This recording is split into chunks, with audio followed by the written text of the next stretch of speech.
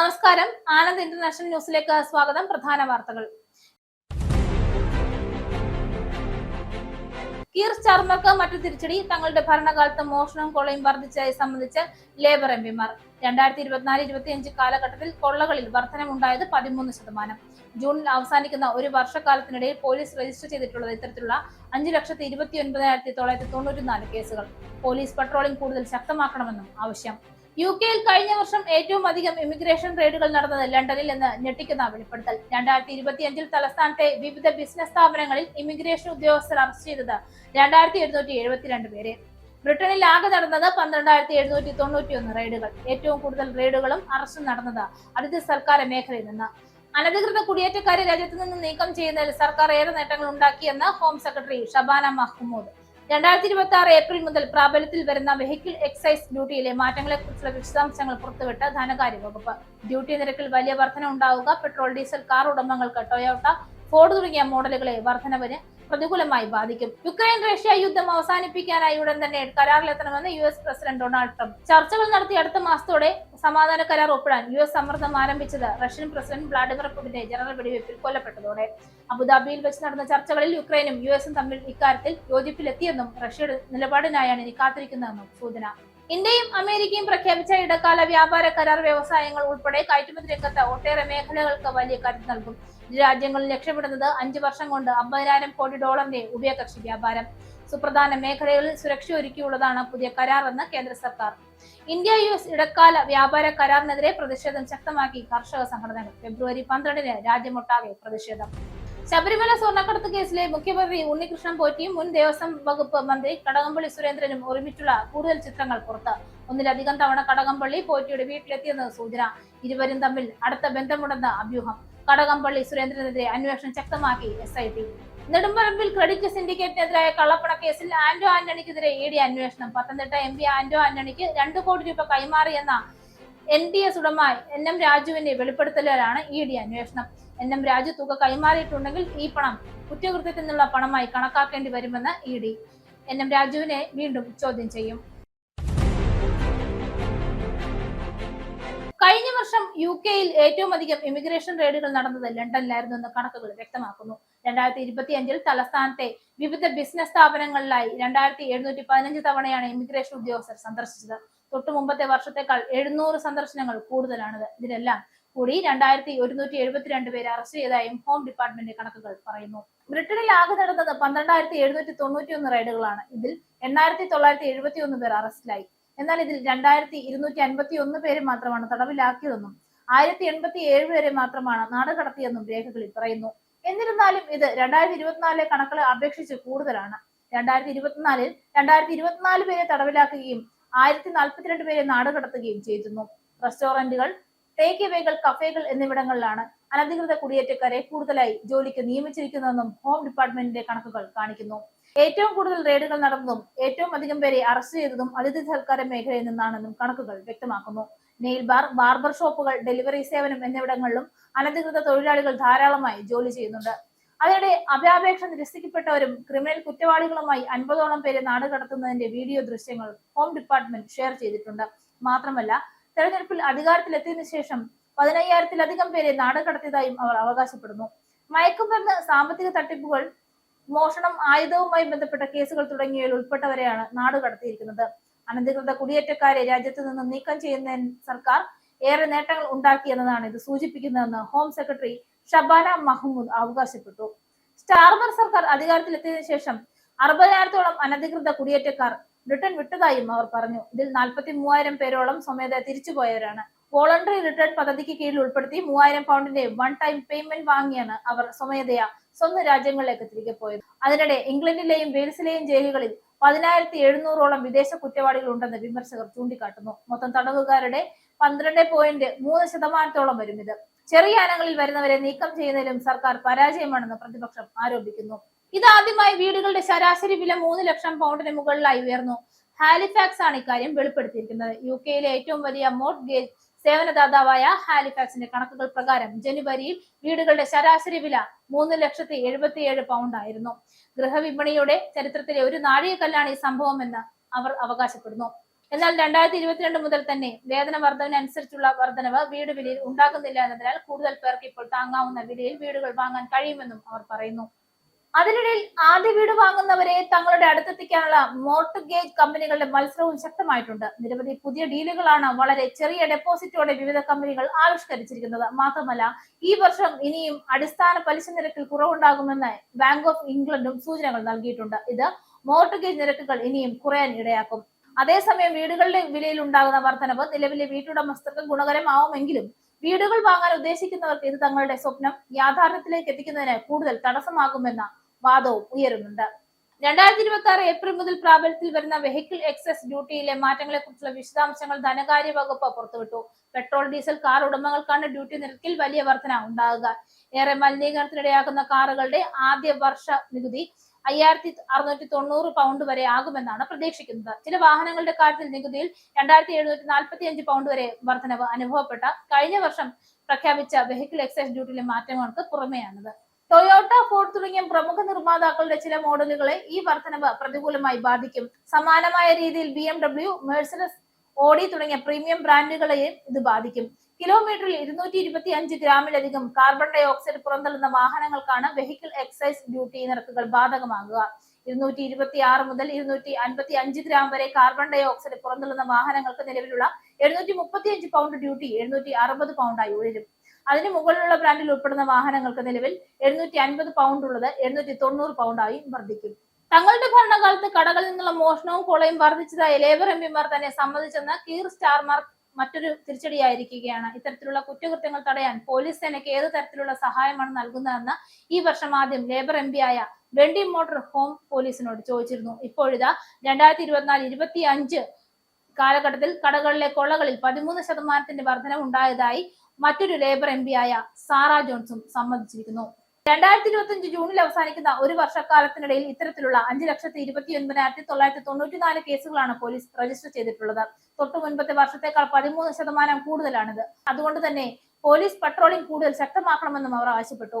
അതിനായി പുതിയ crime and policing ബില്ലിൽ പുതിയ 3000-ഓളം ആളുകളെ സേനയിൽ നിയമിക്കുന്നതിനുള്ള നിർദ്ദേശമുണ്ടെന്നും അവർ വ്യക്തമാക്കി. കുറ്റവാളികൾക്ക് എളുപ്പത്തിൽ കുറ്റകൃത്യങ്ങൾ നിർവഹിക്കാൻ കഴിയുന്ന ഒരിടമാക്കി ലേബർ സർക്കാർ ബ്രിട്ടനെ മാറ്റിയതായി കഴിഞ്ഞ ഒക്ടോബറിൽ shadow home secretary Chris Philip ആരോപിച്ചിരുന്നു. കടകളിലെ കൊള്ള മുതൽ കൊലപാതകങ്ങളും ബലാത്സംഗങ്ങളും വർദ്ധിച്ചു വരികയാണെന്നും അദ്ദേഹം അന്ന് ചൂണ്ടിക്കാട്ടിയിരുന്നു. ക്രമസമാധാന പാലനത്തിൽ സർക്കാർ തികഞ്ഞ പരാജയമാണെന്ന് ഇത് കാണിക്കുന്നതെന്നും അദ്ദേഹം പറഞ്ഞിരുന്നു.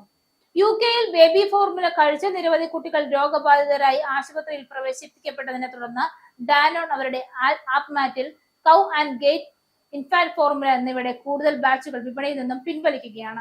മലിനീകരിക്കപ്പെട്ട ഈ ഫോർമുല കഴിച്ചതിനെ തുടർന്ന് സെറുലൈഡ് വിഷബാധയേറ്റ് 36 കുട്ടികൾ UK-യിൽ വിവിധ ആശുപത്രികളായി പ്രവേശിക്കപ്പെട്ടിട്ടുണ്ടെന്ന് ആരോഗ്യവകുപ്പ് അധികൃതർ അറിയിച്ചതിന് തൊട്ടു പിന്നാലെയാണ് ഈ ഉൽപ്പന്നങ്ങൾ വിപണിയിൽ നിന്നും പിൻവലിച്ചിരിക്കുന്നത്. ഓക്കാനം, ഛർദി, ഉദരവേദന തുടങ്ങിയ ലക്ഷണങ്ങളോടെയാണ് കുട്ടികളെ ആശുപത്രിയിൽ പ്രവേശിപ്പിച്ചിരിക്കുന്നത്. ഇംഗ്ലണ്ടിൽ നിന്ന് 24 കേസുകളും സ്കോട്ട്ലൻഡിൽ നിന്ന് 7-ഉം വെയിൽസിൽ നിന്ന് 3-ഉം നോർത്തേൺ അയർലൻഡിൽ നിന്ന് 1 കേസുമാണ് ഇതുവരെ റിപ്പോർട്ട് ചെയ്യപ്പെട്ടിരിക്കുന്നത്. ഇതിനെ തുടർന്ന് ഉപയോഗിക്കുന്ന ബേബി ഫോർമുലയുടെ ബാച്ച് നമ്പർ പരിശോധിക്കണമെന്ന് ഫുഡ് സ്റ്റാൻഡേർഡ് ഏജൻസി മാതാപിതാക്കൾക്ക് മുന്നറിയിപ്പ് നൽകിയിട്ടുണ്ട്. റഷ്യയിലെ ഉഫയിലുള്ള മെഡിക്കൽ സർവകലാശാലയിൽ നടന്ന കത്തി ആക്രമണത്തിൽ 4 ഇന്ത്യൻ വിദ്യാർത്ഥികൾ ഉൾപ്പെടെ നിരവധി പേർക്ക് പരിക്ക്. ഉഫയിലെ സ്റ്റേറ്റ് മെഡിക്കൽ യൂണിവേഴ്സിറ്റിയിലെ വിദ്യാർത്ഥികളുടെ ഹോസ്റ്റലിലാണ് സംഭവം. ഇവിടുത്തെ സ്പോർട്സ് ഹാളിലേക്ക് പ്രവേശിച്ച അക്രമി നിരവധി വിദ്യാർത്ഥികളെ കുത്തിവീഴ്ത്തുകയായിരുന്നു. അറസ്റ്റ് ചെയ്യാനെത്തിയ 2 പോലീസ് ഉദ്യോഗസ്ഥർക്കും പരിക്കേറ്റു. പ്രതിയെ പിടികൂടുന്നതിനിടെ അക്രമി സ്വയം കുത്തി പരിക്കേൽപ്പിച്ചു. അതേസമയം കൗമാരക്കാരനാണ് ആക്രമണത്തിന് പിന്നിലെന്നാണ് വിവരം. പരിക്കേറ്റ വിദ്യാർത്ഥികൾക്ക് സഹായം നൽകുന്നതിനായി കസാനിലെ കോൺസുലേറ്റിൽ നിന്നുള്ള ഉദ്യോഗസ്ഥർ ഉഫയിലേക്ക് പുറപ്പെട്ടതായി മോസ്കോയിലെ ഇന്ത്യൻ എംബസി അറിയിച്ചു. അതിനിടെ ആക്രമണത്തിന് പിന്നിൽ 2 പേർ ഉണ്ടെന്ന സ്ഥിരീകരിക്കാത്ത റിപ്പോർട്ടുകളും പുറത്തു വന്നിട്ടുണ്ട്. അക്രമികളിൽ ഒരാളായ 15 വയസ്സുള്ള ആൺകുട്ടിയെ ആശുപത്രിയിൽ പ്രവേശിപ്പിച്ചിട്ടുണ്ട്. കുട്ടിയുടെ ആരോഗ്യനില ഗുരുതരമാണ്. റഷ്യയിൽ നിരവധി ഇന്ത്യൻ വിദ്യാർത്ഥികളാണ് വിവിധ മെഡിക്കൽ സർവകലാശാലയിൽ പഠിക്കുന്നത്. യുക്രൈൻ റഷ്യ യുദ്ധം അവസാനിപ്പിക്കാനായി അടുത്ത മാസം തന്നെ കരാറിലെത്തണമെന്ന നിർദ്ദേശവുമായി US president Donald Trump. Russian president Vladimir പുടിന്റെ ജനറൽ വെടിവയ്പിൽ കൊല്ലപ്പെട്ടതോടെയാണ് ചർച്ചകൾ നടത്തി അടുത്ത മാസത്തോടെ സമാധാന കരാർ ഒപ്പിടാൻ US സമ്മർദ്ദം ആരംഭിച്ചത്. മാർച്ചിൽ തന്നെ ചർച്ചകൾ നടത്തണമെന്നും US നിർദ്ദേശിച്ചതായാണ് റിപ്പോർട്ട്. അബുദാബിയിൽ വെച്ച് നടന്ന ചർച്ചകളിൽ യുക്രൈനും US-ഉം തമ്മിൽ ഇക്കാര്യത്തിൽ യോജിപ്പിലെത്തിയെന്നും റഷ്യയുടെ നിലപാടിനായാണ് ഇനി കാത്തിരിക്കുന്നതെന്നുമാണ് സൂചന. റഷ്യ പിടിച്ചടക്കിയ ചില മേഖലകൾ കൈമാറുന്നതുമായി ബന്ധപ്പെട്ട് ആശയക്കുഴപ്പം നിലനിൽക്കുന്നതിനാൽ ചർച്ച വൈകുമോ എന്ന ആശങ്കയും US-നുണ്ട്. നേരത്തെ ജൂണോടെ കരാറിൽ എത്തണമെന്നായിരുന്നു US നിർദ്ദേശിച്ചിരുന്നത്. എന്നാൽ മോസ്കോയിൽ വെച്ച് പുടിന്റെ വിശ്വസ്തനായ ജനറൽ വ്ളാഡിമിർ അലക്സീവ് കൊല്ലപ്പെട്ടതോടെ കാര്യങ്ങൾ കൈവിട്ടു പോകുമോ എന്നാണ് ട്രംപിന്റെ ആശങ്ക.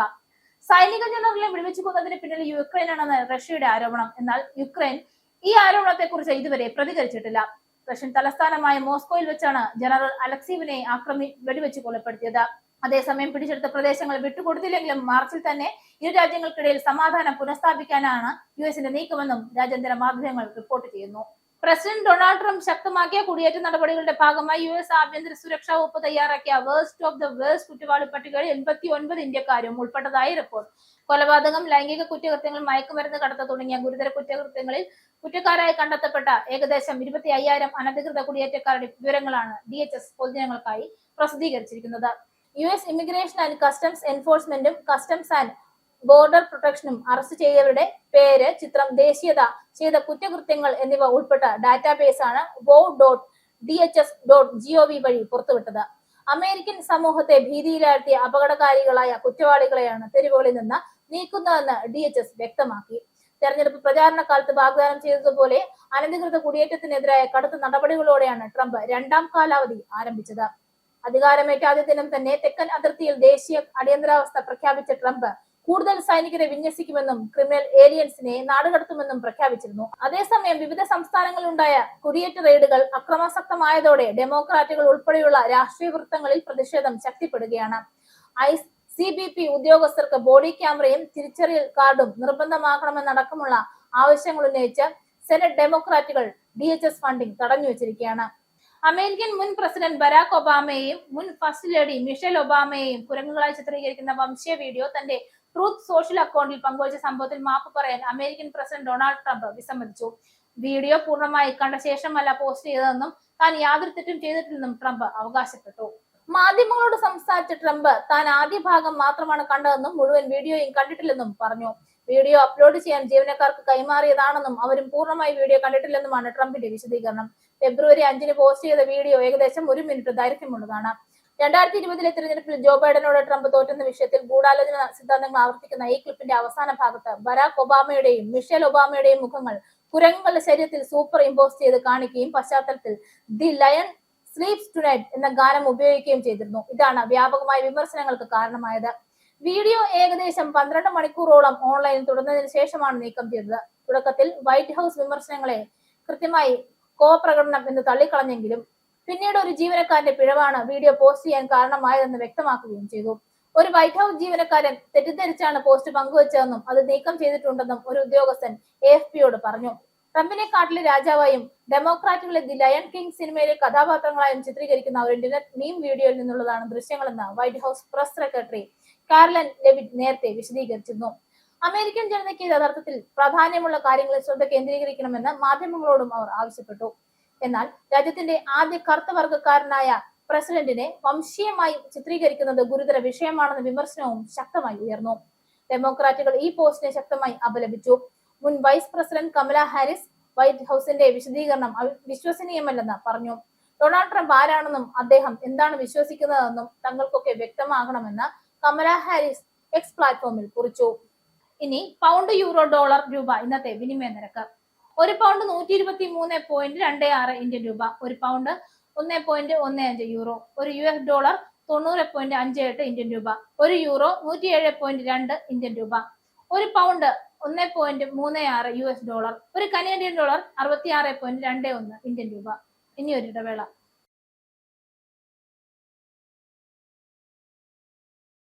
തമിഴ്നാട് നിയമസഭാ തെരഞ്ഞെടുപ്പിലെ സീറ്റ് വിഭജനവുമായി ബന്ധപ്പെട്ട് DMKയുമായി തർക്കമുണ്ടെന്ന റിപ്പോർട്ടുകൾ തള്ളി കോൺഗ്രസ്. സഖ്യം സുഗമമായി പ്രവർത്തിക്കുന്നുണ്ടെന്ന് വ്യക്തമാക്കിയ തമിഴ്നാട് കോൺഗ്രസ് അധ്യക്ഷൻ K. സെൽവപെരുന്തകൈ ഇന്ത്യ മുന്നണിയിലെ സഖ്യകക്ഷികൾ തമ്മിൽ പ്രശ്നങ്ങളുണ്ടെന്ന റിപ്പോർട്ടുകൾ നിരാകരിക്കുകയും ചെയ്തു. പാർട്ടി നേതാക്കൾ DMKയുമായി ചർച്ചകൾ നടത്തിയിട്ടുണ്ടെന്നും കോൺഗ്രസ് ആവശ്യപ്പെട്ടത്ര സീറ്റുകൾ തങ്ങൾക്ക് ലഭിക്കുമെന്ന ആത്മവിശ്വാസമുണ്ടെന്നും സെൽവെ പെരുന്തകൈ കൂട്ടിച്ചേർത്തു. അന്തിമ തീരുമാനം കൈക്കൊള്ളേണ്ടത് കോൺഗ്രസ് അധ്യക്ഷൻ മല്ലികാർജുൻ ഖാർഗെയും രാഹുൽ ഗാന്ധിയുമാണെന്നും അദ്ദേഹം പറഞ്ഞു. DMKയുമായുള്ള സഖ്യം പുനഃപരിശോധിക്കണമെന്ന് തമിഴ്നാട് കോൺഗ്രസിലെ ഒരു കൂട്ടം നേതാക്കൾ ആവശ്യപ്പെട്ടതായാണ് വിവരം. നടൻ വിജയ് അധ്യക്ഷനായ TVKയുമായി കോൺഗ്രസ് സഖ്യം ചേരണമെന്നാണ് ഇക്കൂട്ടരുടെ വാദം. എന്നാൽ തമിഴ്നാട് തെരഞ്ഞെടുപ്പ് screening committee chairperson TS Singh Deo ഉൾപ്പെടെയുള്ള മുതിർന്ന നേതാക്കൾ DMKയുമായുള്ള സഖ്യത്തിൽ തന്നെ തുടരണമെന്ന അഭിപ്രായക്കാരനാണ്. 2021 നിയമസഭാ തെരഞ്ഞെടുപ്പിൽ 25 സീറ്റുകളാണ് കോൺഗ്രസിന് DMK നൽകിയത്. ഇതിൽ 18 മണ്ഡലത്തിൽ അവർ വിജയിച്ചു. 188 സീറ്റിൽ മത്സരിച്ച DMK ആകട്ടെ 133 മണ്ഡലത്തിലാണ് ജയിച്ചത്. 234 അംഗ നിയമസഭയാണ് തമിഴ്നാടിന്റേത്. ഇന്ത്യയും അമേരിക്കയും പ്രഖ്യാപിച്ച ഇടക്കാല വ്യാപാര ചട്ടക്കൂടിനനുസരിച്ച് തൊഴിൽ കേന്ദ്രീകൃത വ്യവസായങ്ങൾ ഉൾപ്പെടെ കയറ്റുമതി രംഗത്ത് ഒട്ടേറെ മേഖലകൾക്ക് വലിയ കരുത്തായി മാറും. വജ്രം, നിറമുള്ള രത്നക്കല്ലുകൾ, ആഭരണം, സമുദ്രോൽപ്പന്നങ്ങൾ, തുണി, വസ്ത്ര വ്യവസായം, വിമാനം, വ്യോമയാന ഘടകങ്ങൾ, ഡിജിറ്റൽ വ്യാപാരം, സാങ്കേതിക വിദ്യകൾ, വാഹന ഘടകങ്ങൾ എന്നിവയ്ക്കാണ് ഇതിൽ പ്രധാനപ്പെട്ടവ. 5 വർഷം കൊണ്ട് $50,000 കോടി ഉഭയകക്ഷി വ്യാപാരമാണ് ഇരു രാജ്യങ്ങളും ലക്ഷ്യമിടുന്നത്. അതായത് ഏകദേശം 45.29 ലക്ഷം കോടി രൂപ. വിപണികൾ പരസ്പരം തുറന്നുകൊടുത്ത തീരുവകളിൽ ഇളവുകൾ നൽകി സുപ്രധാന മേഖലകളിൽ സുരക്ഷ ഒരുക്കിയുള്ളതാണ് കരാറെന്ന് കേന്ദ്ര സർക്കാർ പറയുന്നു. അമേരിക്ക തീരുവ ഉയർത്തിയത് വഴി കടുത്ത പ്രതിസന്ധിയിലായിരുന്നു.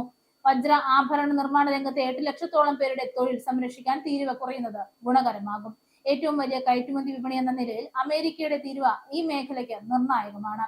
അമേരിക്കയിലേക്ക് വർഷം $997 കോടി കയറ്റുമതി നടക്കുന്നു.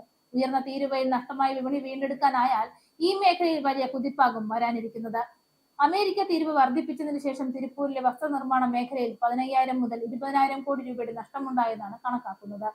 ഇന്ത്യ യൂറോപ്യൻ യൂണിയൻ വ്യാപാര കരാറിന് തൊട്ടു പിന്നാലെയാണ് അമേരിക്കയുമായി ഇന്ത്യ ധാരണയിലെത്തുന്നത്. ഇത് വസ്ത്രമേഖലയിലെ കയറ്റുമതി ഇരട്ടക്കയത്തിൽ വളരാൻ സഹായമാകുമെന്നാണ് മേഖലയുടെ പ്രതീക്ഷ. 2030 ഇന്ത്യയിലെ വസ്ത്ര കയറ്റുമതി $10,000 കോടി എത്തിക്കാനാണ് ലക്ഷ്യമിടുന്നത്. നിലവിൽ ഇത് $3,770 കോടി ആണ്.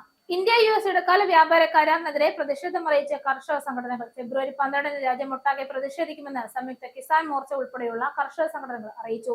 കരാർ ഇന്ത്യ കൃഷി മേഖലയെ കോർപ്പറേറ്റുകൾക്ക് വിട്ടുകൊടുക്കുന്നതിന് തുല്യമാണെന്ന് കർഷക സംഘടനയുടെ ആരോപണം. കാലിത്തീറ്റ, സോയാബീൻ ഓയിൽ, പഴങ്ങൾ തുടങ്ങിയവയുടെ ഇറക്കുമതി തീരുവ കുറയ്ക്കുന്നത് ഇന്ത്യൻ കർഷകരെ ദോഷകരമായി ബാധിക്കുന്നുവെന്നും കർഷക സംഘടനകൾ ആരോപിച്ചു. കൃഷി, ക്ഷീര മേഖലകളെ കരാറിൽ നിന്ന് ഒഴിവാക്കുമെന്ന് വാഗ്ദാനം നൽകി വാണിജ്യമന്ത്രി പീയൂഷ് ഗോയൽ കർഷകരെ വഞ്ചിച്ചുവെന്നും കർഷക സംഘടനകൾ പറഞ്ഞു. പ്രതിഷേധക്കാർ വാണിജ്യമന്ത്രി പീയൂഷ് ഗോയൽ രാജിവെക്കണമെന്നും ആവശ്യപ്പെട്ടു. ട്രേഡ് യൂണിയനുകൾ 12-ന് പ്രഖ്യാപിച്ച പൊതു പണിമുടക്കിനും കർഷക സംഘടനകൾ പൂർണ്ണ പിന്തുണ നൽകിയിട്ടുണ്ട്. അനുവാദമില്ലാതെ ടൂറിസ്റ്റുകളുടെ ഫോട്ടോയോ വീഡിയോയോ എടുക്കുന്നവർക്കെതിരെ നടപടി കർശനമാക്കി ഗോവ പോലീസ്. വിദേശീയരും തദ്ദേശീയരുമായ ടൂറിസ്റ്റുകൾക്ക് നേരെയുണ്ടാകുന്ന അതിക്രമങ്ങൾ വർദ്ധിച്ച സാഹചര്യത്തിലാണ് പോലീസ് നടപടി കർശനമാക്കിയത്.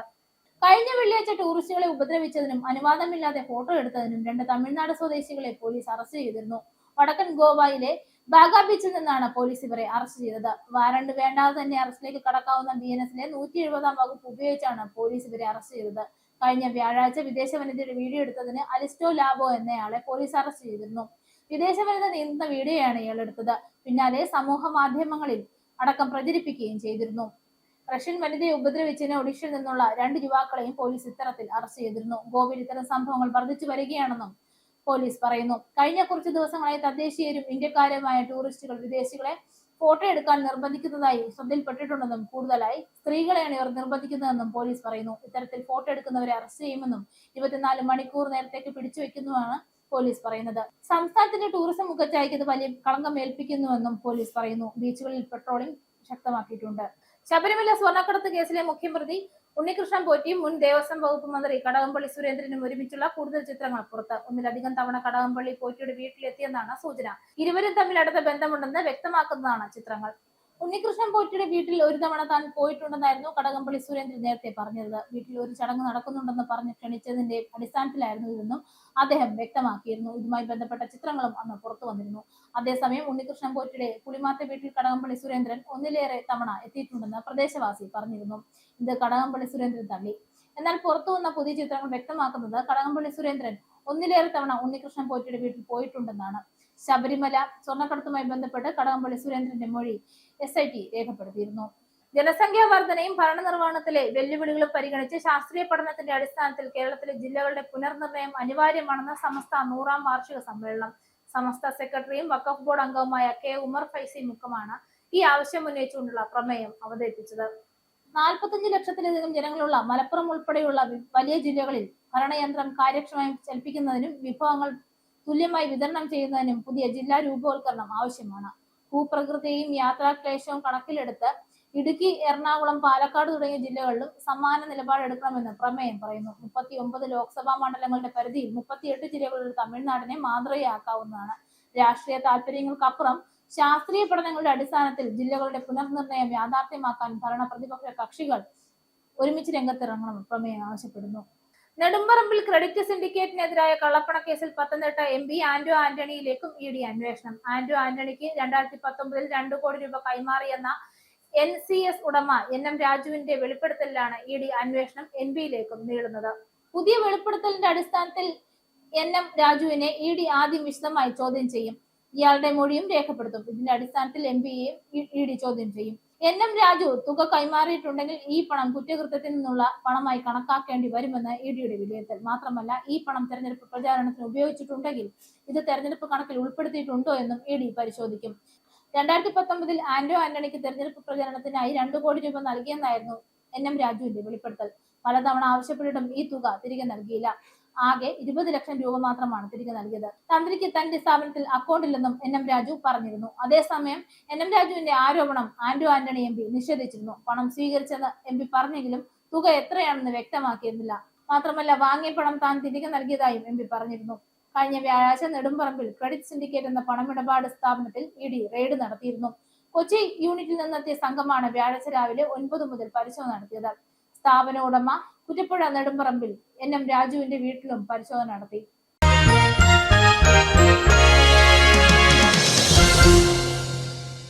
T20 ക്രിക്കറ്റ് ലോകകപ്പിന്റെ ആദ്യ മത്സരത്തിൽ തന്നെ പേര് കേട്ട ഇന്ത്യൻ ടീമിനെ വിറപ്പിച്ച ശേഷം കീഴടങ്ങിയ USA. 29 റൺസിനായിരുന്നു തോൽവി. ടോസ് നേടി ബൌളിംഗ് തിരഞ്ഞെടുത്ത ശേഷം ഇന്ത്യയെ 20 ഓവറിൽ 9 വിക്കറ്റ് നഷ്ടത്തിൽ 161 റൺസിൽ ഒതുക്കിയ USAക്ക് പക്ഷേ ബാറ്റിംഗിൽ ആ മികവ് പുറത്തെടുക്കാനായില്ല. 20 ഓവറിൽ 8 വിക്കറ്റ് നഷ്ടത്തിൽ 132 റൺസിൽ എത്താനേ അവർക്കായുള്ളൂ. ഇന്ത്യക്കായി മുഹമ്മദ് സിറാജ് 3ഉം അർഷദീപ് സിംഗ്, അക്ഷർ പട്ടേൽ എന്നിവർ 2 വിക്കറ്റ് വീതവും വീഴ്ത്തി. 162 റൺസ് ലക്ഷ്യത്തിലേക്ക് ബാറ്റെടുത്ത USന്റെ തുടക്കവും തകർച്ചയോടെയായിരുന്നു.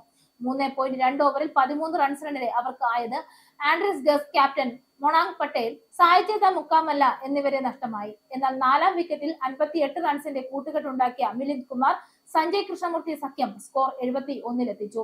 12ാം ഓവറിൽ മിലിന്ദിനെ മടക്കി വരുൺ ചക്രവർത്തി ഈ സഖ്യം പൊളിച്ചു. 34 പന്തിൽ നിന്ന് ഒരു 6ഉം 3 4ഉം അടക്കം 34 റൺസായിരുന്നു താരത്തിന്റെ സമ്പാദ്യം. പിന്നാലെ 27 റൺസ് ചേർക്കുന്നതിനിടെ സഞ്ജയുടെ വിക്കറ്റും അവർക്ക് നഷ്ടമായി.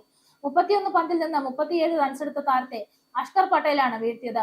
തൊട്ടടുത്ത പന്തിൽ ഹർമീത് സിംഗിനെയും അഷ്കർ പുറത്താക്കി. 22 നിന്ന് 37 റൺസുമായി ശുഭം രഞ്ജാനെ പൊരുത്തു നോക്കിയെങ്കിലും ഫലമുണ്ടായില്ല. 12ാം തീയതി ഡൽഹിയിൽ നമീബിയക്കെതിരെയാണ് ഇന്ത്യയുടെ അടുത്ത മത്സരം. ഇനി വാർത്തകൾ ഒരിക്കൽ കൂടി. കീർ സ്റ്റാർമർക്ക് മറ്റു തിരിച്ചടി. തങ്ങളുടെ ഭരണകാലത്ത് മോഷണവും കൊള്ളയും വർദ്ധിച്ചതായി സംബന്ധിച്ച് ലേബർ MPമാർ. 2024-25 കാലഘട്ടത്തിൽ കൊള്ളകളിൽ വർധനമുണ്ടായത് 13%. ജൂണിൽ അവസാനിക്കുന്ന ഒരു വർഷക്കാലത്തിനിടയിൽ പോലീസ് രജിസ്റ്റർ ചെയ്തിട്ടുള്ളത് ഇത്തരത്തിലുള്ള 5,29,994 കേസുകൾ. പോലീസ് പട്രോളിംഗ് കൂടുതൽ ശക്തമാക്കണമെന്നും ആവശ്യം. UK-യിൽ കഴിഞ്ഞ വർഷം ഏറ്റവും അധികം ഇമിഗ്രേഷൻ റെയ്ഡുകൾ നടന്നത് ലണ്ടനിൽ എന്ന് ഞെട്ടിക്കുന്ന വെളിപ്പെടുത്തൽ. 2025 തലസ്ഥാനത്തെ വിവിധ ബിസിനസ് സ്ഥാപനങ്ങളിൽ ഇമിഗ്രേഷൻ ഉദ്യോഗസ്ഥർ അറസ്റ്റ് ചെയ്തത് 2772 പേരെ. ബ്രിട്ടനിൽ ആകെ നടന്നത് 12,791 റെയ്ഡുകൾ. ഏറ്റവും കൂടുതൽ റെയ്ഡുകളും അറസ്റ്റും നടന്നത് അതിഥി സർക്കാർ മേഖലയിൽ നിന്ന്. അനധികൃത കുടിയേറ്റക്കാരെ രാജ്യത്ത് നിന്ന് നീക്കം ചെയ്യുന്നതിൽ സർക്കാർ ഏറെ നേട്ടങ്ങൾ ഉണ്ടാക്കിയെന്ന് home secretary Shabana Mahmood. 2026 April മുതൽ പ്രാബല്യത്തിൽ വരുന്ന വെഹിക്കിൾ എക്സൈസ് ഡ്യൂട്ടിയിലെ മാറ്റങ്ങളെക്കുറിച്ചുള്ള വിശദാംശങ്ങൾ പുറത്തുവിട്ട ധനകാര്യ വകുപ്പ്. ഡ്യൂട്ടി നിരക്കിൽ വലിയ വർധന ഉണ്ടാവുക പെട്രോൾ ഡീസൽ കാർ ഉടമകൾക്ക് ടൊയോട്ട, ഫോർഡ് തുടങ്ങിയ മോഡലുകളെ വർധനവിന് പ്രതികൂലമായി ബാധിക്കും. യുക്രൈൻ റഷ്യ യുദ്ധം അവസാനിപ്പിക്കാനായി ഉടൻ തന്നെ കരാറിലെത്തണമെന്ന് US പ്രസിഡന്റ് ഡൊണാൾഡ് ട്രംപ്. ചർച്ചകൾ നടത്തി അടുത്ത മാസത്തോടെ സമാധാന കരാർ ഒപ്പിടാൻ US സമ്മർദ്ദം ആരംഭിച്ചത് റഷ്യൻ പ്രസിഡന്റ് വ്ളാഡിമിർ പുടിന്റെ ജനറൽ വെടിവയ്പിൽ കൊല്ലപ്പെട്ടതോടെ. അബുദാബിയിൽ വെച്ച് നടന്ന ചർച്ചകളിൽ യുക്രൈനും USഉം തമ്മിൽ ഇക്കാര്യത്തിൽ യോജിപ്പിലെത്തിയെന്നും റഷ്യയുടെ നിലപാടിനായാണ് ഇനി കാത്തിരിക്കുന്നതെന്നും സൂചന. ഇന്ത്യയും അമേരിക്കയും പ്രഖ്യാപിച്ച ഇടക്കാല വ്യാപാര കരാർ വ്യവസായങ്ങൾ ഉൾപ്പെടെ കയറ്റുമതി രംഗത്ത് ഒട്ടേറെ മേഖലകൾക്ക് വലിയ കരുത്ത് നൽകും. ഇരു രാജ്യങ്ങളും ലക്ഷ്യമിടുന്നത് 5 വർഷം കൊണ്ട് $50,000 കോടി ഉഭയകക്ഷി വ്യാപാരം. സുപ്രധാന മേഖലകളിൽ സുരക്ഷ ഒരുക്കിയുള്ളതാണ് പുതിയ കരാറെന്ന് കേന്ദ്ര സർക്കാർ. ഇന്ത്യ-US ഇടക്കാല വ്യാപാര കരാറിനെതിരെ പ്രതിഷേധം ശക്തമാക്കി കർഷക സംഘടനകൾ. ഫെബ്രുവരി 12-ന് രാജ്യമൊട്ടാകെ പ്രതിഷേധം. ശബരിമല സ്വർണ്ണക്കടത്ത് കേസിലെ മുഖ്യപ്രതി ഉണ്ണികൃഷ്ണൻ പോറ്റിയും മുൻ ദേവസ്വം വകുപ്പ് മന്ത്രി കടകംപള്ളി സുരേന്ദ്രനും ഒരുമിച്ചുള്ള കൂടുതൽ ചിത്രങ്ങൾ പുറത്ത്. ഒന്നിലധികം തവണ കടകംപള്ളി പോറ്റിയുടെ വീട്ടിലെത്തിയെന്ന് സൂചന. ഇരുവരും തമ്മിൽ അടുത്ത ബന്ധമുണ്ടെന്ന് അഭ്യൂഹം. കടകംപള്ളി സുരേന്ദ്രനെതിരെ അന്വേഷണം ശക്തമാക്കി SIT.